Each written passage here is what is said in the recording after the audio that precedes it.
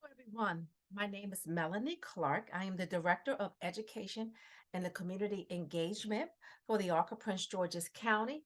And I'm happy to be here to present families involved in transition.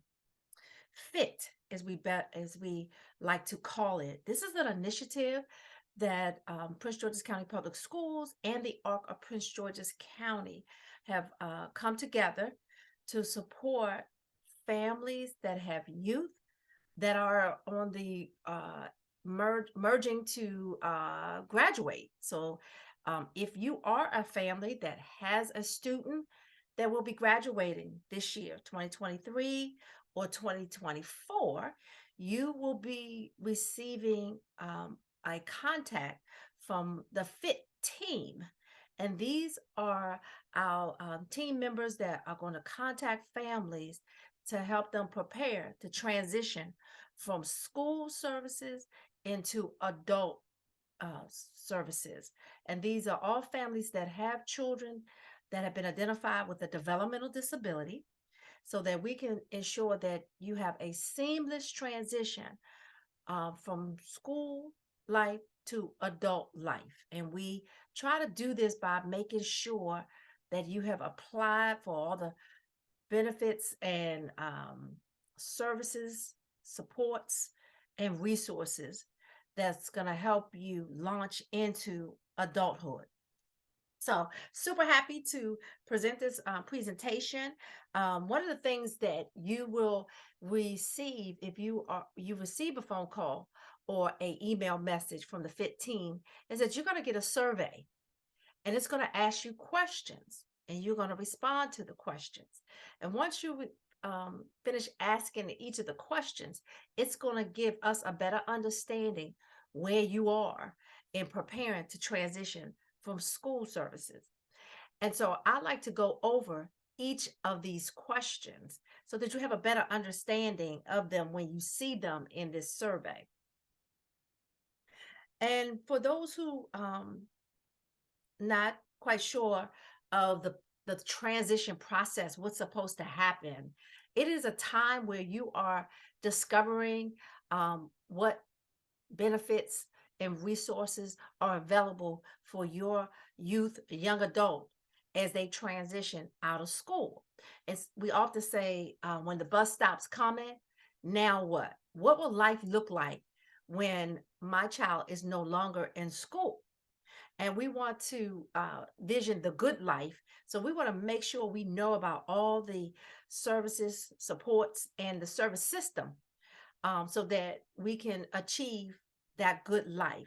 And a lot of it is understanding your child's strengths, their interests, their abilities, and definitely working on their advocacy skills for them to be able to speak up and share what they want to do when they leave school, whether it's in the community or it's getting a job or furthering their education. This is the time to have those discussions with your family, with your education team, with your medical providers.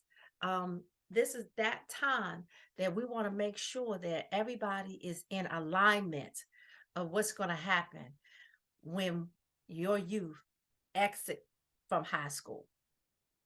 All righty, let's get to the next slide.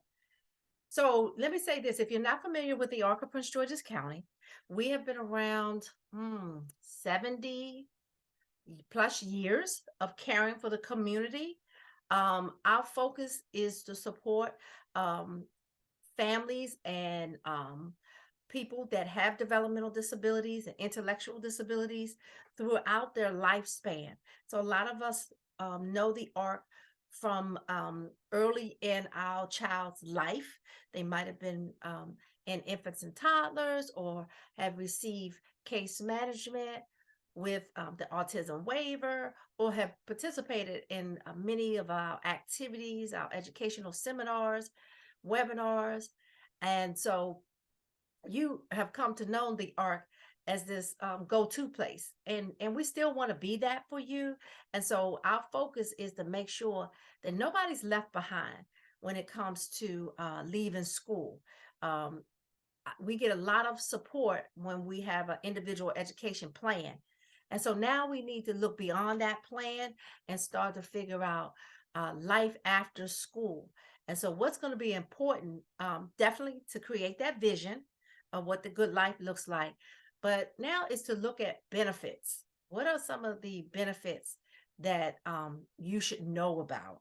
And so, when I go through these questions, we're going to talk about benefits, and we're going to talk about questions that in regards to receiving the benefit.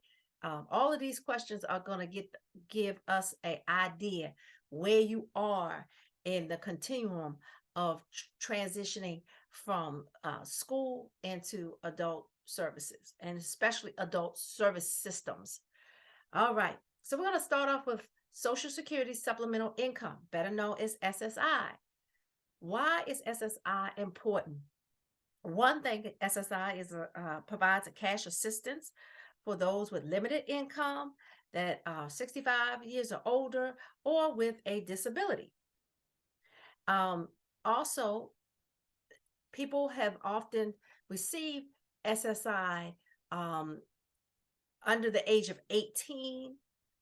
And sometimes they get it for a couple of years because it's looking at their parents' income. They often fall off the eligibility for SSI when their parents' income change. But now it will look at your young adult. If 18 years and older, you can apply for SSI because it's looking at your child's income. And if they have limited income, less than $2,000, and limited resources, they are possibly eligible to receive SSI. Why is it so important in another sense beyond the cash? You can receive Medicaid, and Medicaid is health care. And so we'll talk a little bit more about Medicaid. Why is Medicaid such the golden ticket for receiving services? So, tips on how to apply. If you do not know about our Benefits Enrollment Center, that is one of the best ways to learning about applying for SSI, because we coach you at the ARC's Benefits Enrollment Center. We try to tell you the eligibility criteria, what documents are needed, how to get started with the application. And so that is a crucial piece of understanding each of these service systems that you want to apply for. You have got to know what is needed to apply for it. So please contact our Benefits Enrollment Center if you have not applied for SSI.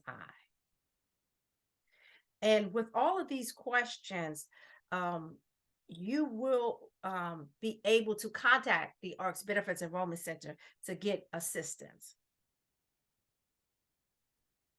All right, medical assistance, better known as Medicaid.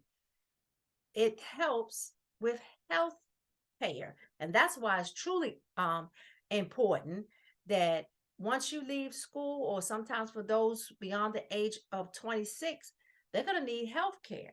And so Medicaid helps in that efforts in receiving health care. It's reduced cost for a lot of items with Medicaid. It is provided by the state.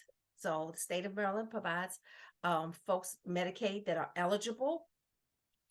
And Medicaid also helps you get into waiver type services. So that's important. So you also are eligible for SSI if you apply. You're also eligible for Medicaid if you apply for SSI and being deemed eligible. So let me back up. If you apply for SSI and they find you eligible, you get the cash assistance and you also get Medicaid. So sometimes folks feel like, oh, I'll go apply for Medicaid, then I'll go apply for SSI. No, you can submit your application for SSI, and if they find you eligible for that service, they're also going to make you eligible for Medicaid. Again, you can contact the Benefits Enrollment Center to get assistance on how to apply. So we have the Developmental Disability Administration. If you've never heard of that term, it is a state agency that is governed by the governor of the state of Maryland. They put in a certain amount of funds to support persons with developmental disabilities at the age of 21 to 22 is your entry into getting into this state disability service called DDA. And you'll often hear that acronym, DDA. So you must have a developmental disability to be able to apply for DDA. Give you an example: autism, Down syndrome, cerebral palsy, intellectual disability. These are all forms of disability that occur before the age of 22 that can make you eligible to apply for DDA services. So, why is this important? Once you leave school, a lot of our youth, young adults, they are going to be looking for something to do from 9 to 3. Maybe it's finding a job. Maybe it's experiencing the community, um, participating in life enrichment activities. These are all supported through DDA.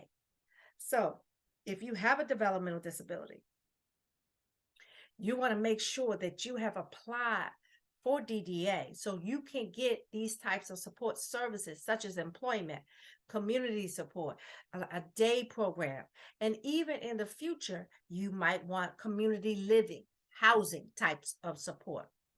You must start now. If any age you can apply for DDA, but it's crucial that you have submitted an application before the age of 21. And all of these system supports and applications take time to process. So the earlier you start applying for benefits, the better. You can apply for DDA through a application that you can pull off the website and mail, but you can contact the Benefits Enrollment Center again so we can coach you in how to apply for this service. It is eligibility, it is not entitlement. So you must have some things together to be able to support your application. At the Benefits Enrollment Center, we will coach you and assist you on the application process, on how to complete the application. You can also contact your designated, what we call coordinator of community services agency, and we shorten the title to CCS. So if you might have applied for DDA in your child's younger years, and you have a CCS, now is the time to get in contact with them, because you want to make sure every information that they have on your child is updated. The updated address, updated psychological. So it's important to know the different support players that help you in receiving benefits. So we'll talk a little bit more about the CCS, that is your coordinator of community services. If you have not applied for DDA, you would not have a person yet. All right. So when you apply for DDA, you have to have certain documents. So one of the questions in the F.I.T. survey is going to ask, do you have the core documents required for the DDA application? So you might say, what is this?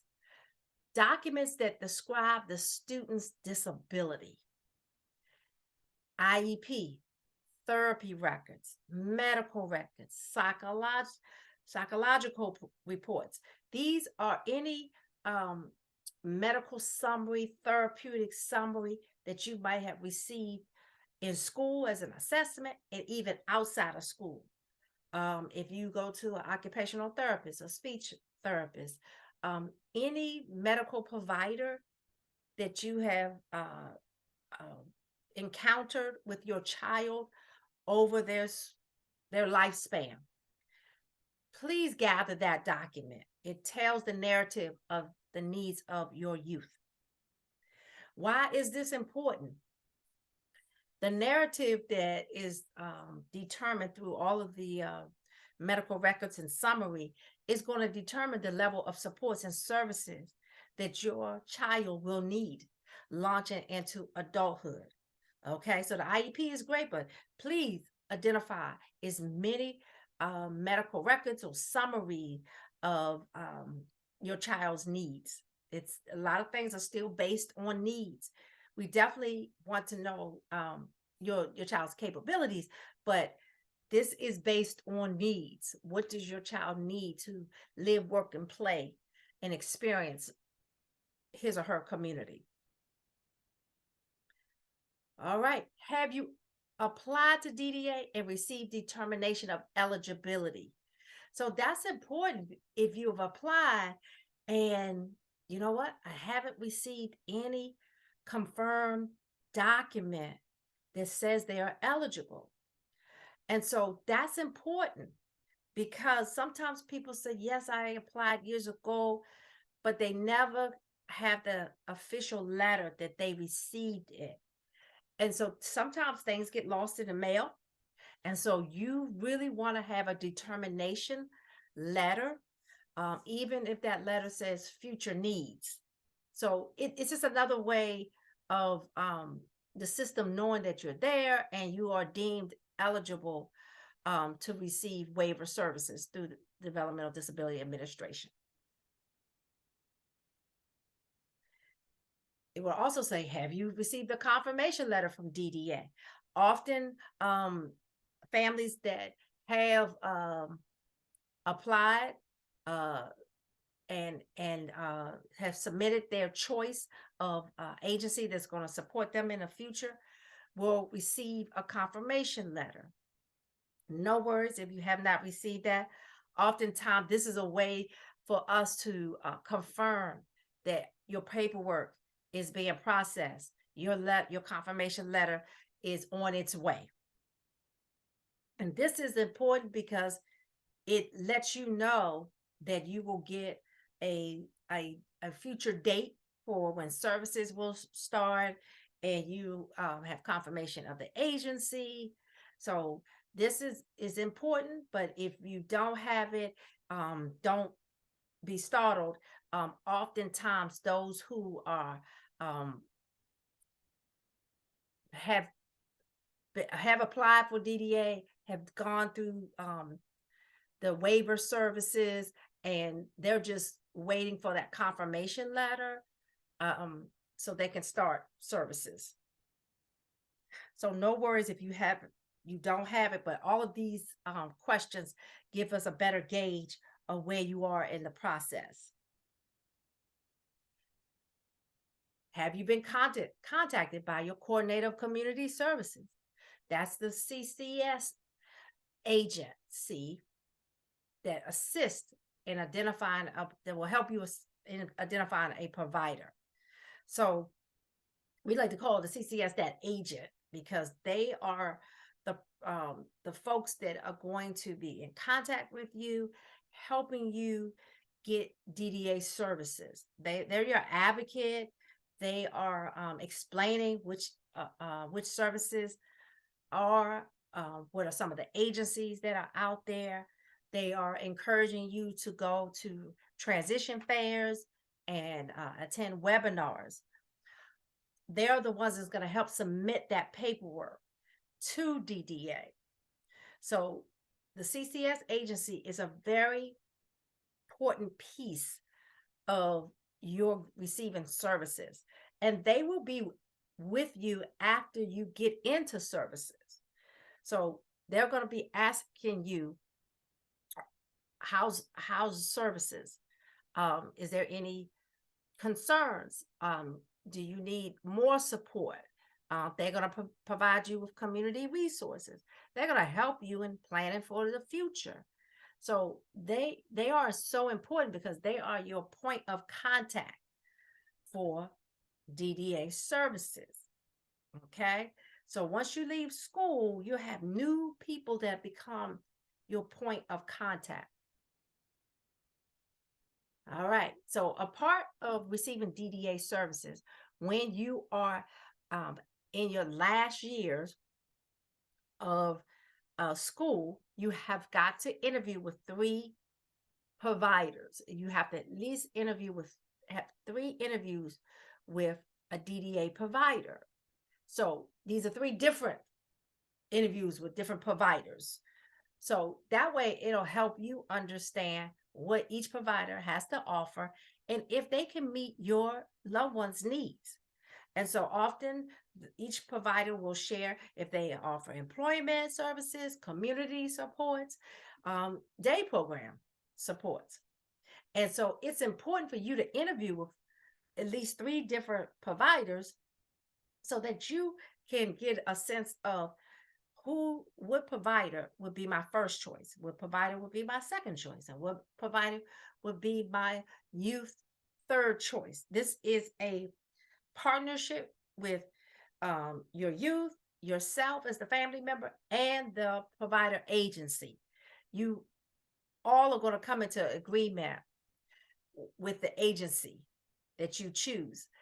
If that agency says, you know what, we really would like to support your youth, but right now we're unable to, DDA is going to look at your second choice. So that's why it's so important to have at least 3 interviews with different providers so that they can help you figure out what's the next choice, right? Your CCS will say, you know what, we reached out to that provider and they right now are not able to have you start. So you might want to look at your second choice, your third choice. Sometimes you have got to go back to the drawing board and have 3 additional interviews with 3 different providers so that you can still be able to make that choice of who might be able to support your youth.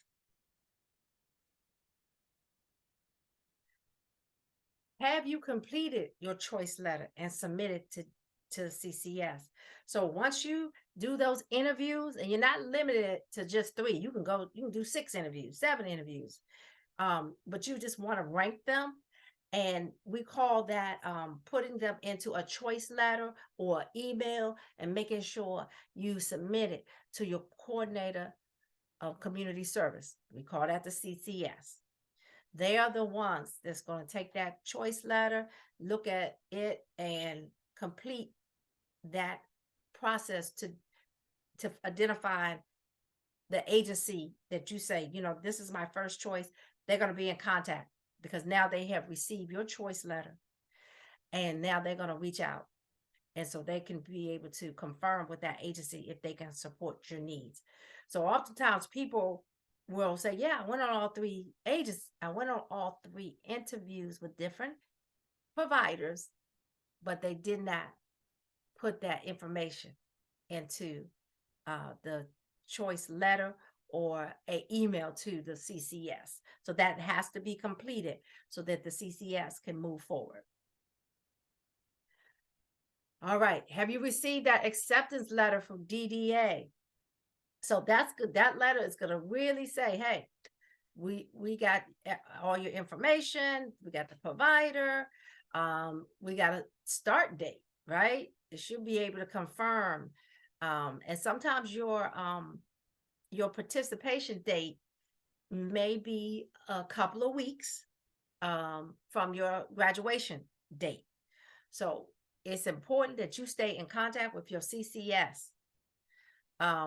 If you don't have this, you will not know when you're going to start, right? So it's super, super important. I can't express that enough. That you have a good relationship with your CCS, your coordinator of community service. You know what agency your CCS is from. You have their email address, their telephone number. We often get confused because there's a lot of alphabet soup going on, and you get often confused with all the different letters in the names of agencies. So, one agency that we often get confused with is the agency called DOORS. And so in our FIT survey, we ask you, are you receiving DOORS services? And so DOORS means the Division of Rehabilitation Services. Sometimes people say, you know what? I don't know. If you don't know, if you think about, have you completed a DOORS referral? You can often ask your school, case manager, or teacher. There is a DOORS counselor assigned to each of the high schools. So it is good to find out and make sure you do. If you don't receive DOORS services, do a DOORS, what we call a DOORS referral. It is an application. And DOORS focus on employment, career training, career awareness, discovery, exploration of careers, vocational training. Why is this important? If your youth want to gain job skills, anything pertaining to getting a job, DOORS can really try to create a individual employment plan so that you can achieve those goals towards employment. So that's the biggest reason why you really want to contact DOORS, because you're looking for employment or job skill training or work readiness training. So sometimes people have applied for DOORS, but they're not really sure if they know some of the DOORS services. So if you're still in school, one of the questions the FIT survey will ask, are you participating in DOORS pre-employment training services? And we often add another service that DOORS offers is the WBLE services. So the WBLE services are services that help with a paid internship. So we call WBLE the work-based learning experience services. So that's all falls under the pre-employment training services.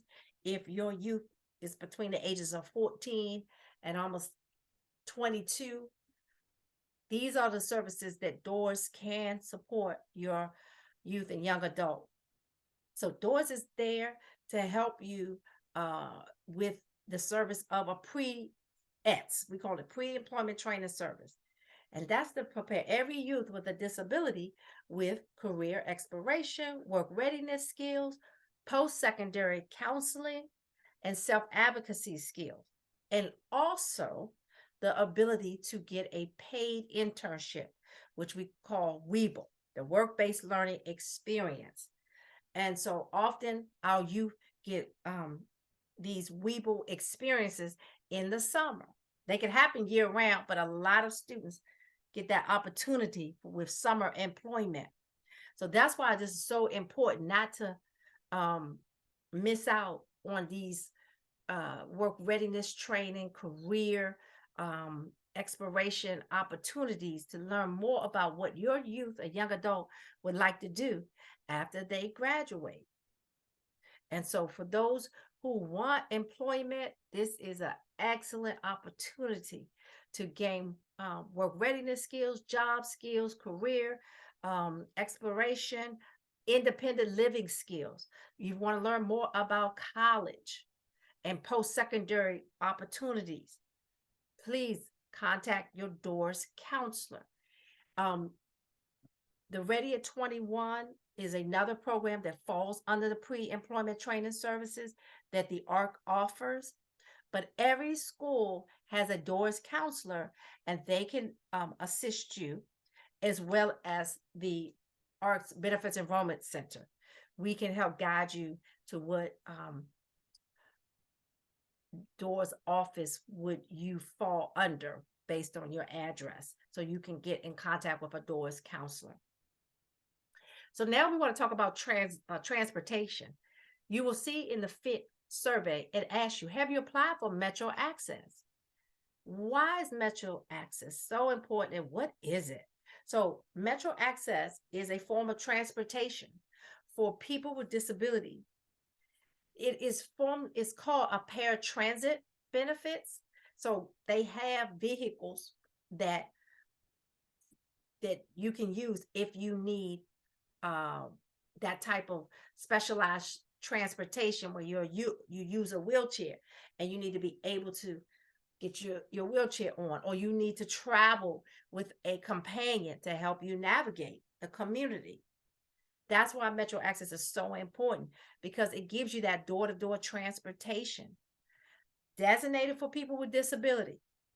You have to apply to be deemed eligible for Metro Access, but it's excellent way to commute around the community.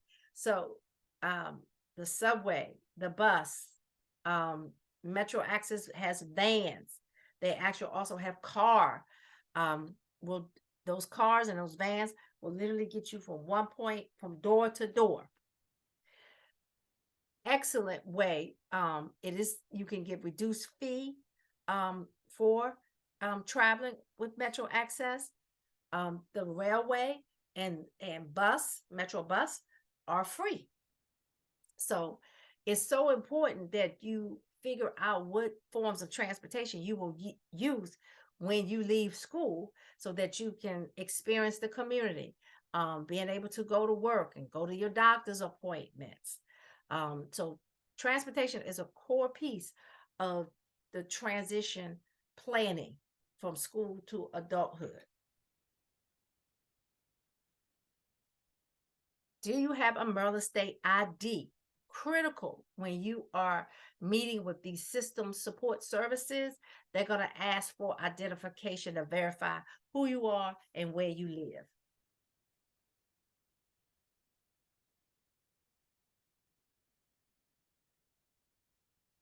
All right.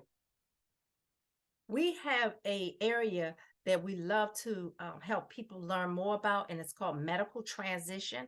So we ask the question, have you spoken to a medical provider in regards to obtaining medical records and transitioning to an adult provider? This is all a part of the medical transition. You are definitely going to transition out of the school, whether it's 18 or 21, but medical transition really starts to happen, oh, almost as young as 12 and 13 years of age. So it is important that you start having the conversations with your medical providers, such as your pediatrician, any specialist doctor you have, because you want to let them know that when your youth turn 18, they will be applying for SSI and they may receive Medicaid. And are they able to still um, get services from this from your provider? Your providers are usually at the age of birth to 18 are usually your pediatricians. That's your home provider. You need to ask that pediatrician, how long can we stay? Do we have to transition out before the age of 18? Or can we stay till they transition out of school at age 21? This is so important because we don't want any lapse of healthcare, right? So these questions should be spoken to all your medical providers, right? Your eye doctor, your dentist, any of your specialty doctors, your neurologist, psychiatrists, psychologists. I mean, anybody that provides any type of specialized medical care for your youth, young adult, start having that conversation, as well as obtaining medical records. All important to make sure that there's no lapse of care as you transition into adult provider. they're going to want to know, okay, bring your medical records. When you're applying for a lot of these benefits, they need to know the exact diagnosis of your disability, your child's disability. So having the medical records, obtaining them, making sure there's a smooth transition over into your adult provider that's going to be supporting your youth, asking your medical provider that you currently have if they have recommendations of an adult provider that they recommend, um, of finding adult providers before you transition out, or before your last annual physical of the pediatrician. These are so critical. This is often not talked about enough. So this is the area that we really want you to focus on, um, to have those conversations with variety of your medical specialists. And do not forget your pharmacy, making sure that they understand that you're transitioning, and the supported decision making needs to be discussed. If you, the parent, can continue to um, come in and fill out the prescription or provide information or request information, this is important to have these conversations with all of your medical providers. All right. So, one of the questions we love to ask, do you have a Merlin Able account? Merlin Able accounts are very new. They have not been out very long, and they are an account for persons with a disability, for them to be able to save more money. Oftentimes, we know that people cannot save more than $2,000, unless if they do go over $2,000, they'll be in jeopardy of losing benefits. So, ABLE, which stands for Achieving a Better Life Experience, helps folks who want to save money, maybe working a job, to be able to put money into this account, and it's not accounted against them. They have the, as long as they are not over $100,000, and then it allows them to save and invest up to $100,000 before it impacts their SSI cash benefit. Also, the account growth is tax free. There's some other perks with Maryland Able account. So we really want everyone to know that this account exists, just in case you want to uh, save more money. There's nothing wrong with that. We encourage people to save money, but we don't want people to lose out on their benefits. So it's so important that you know about this, so that your youth and young adult can save money, keep their state and federal benefits.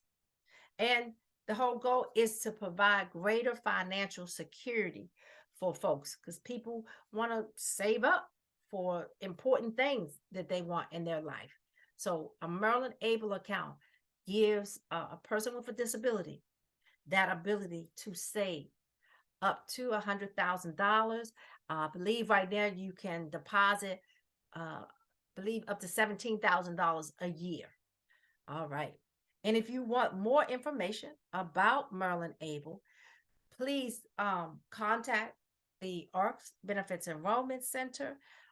We are here to support you and help you understand about all the resources, services that are available for our youth. Um, this presentation has linked in it some critical links that will help you understand what DDA is. We have some video recordings. We have a video recording on doors, what services and supports they offer, and we have a listing of different resources that you can click on so you can learn more. I thank you for letting me allow to provide this presentation. I feel like it's really important that every family that has a youth that will be transitioning from school in the near future, uh, know that this is the most important season of your child's life as they prepare to exit out of school. So please continue to participate in all transition activities, workshops, seminars, webinars, in person activities. This is going to help you gain a greater understanding of life after school. Again, my name is Melanie Clark. I'm the Director of Education and Community Engagement at the Arc of Prince George's County. I look forward to answering any questions that you may have. Feel free to contact me or email me. This has been a pleasure. Thank you so much.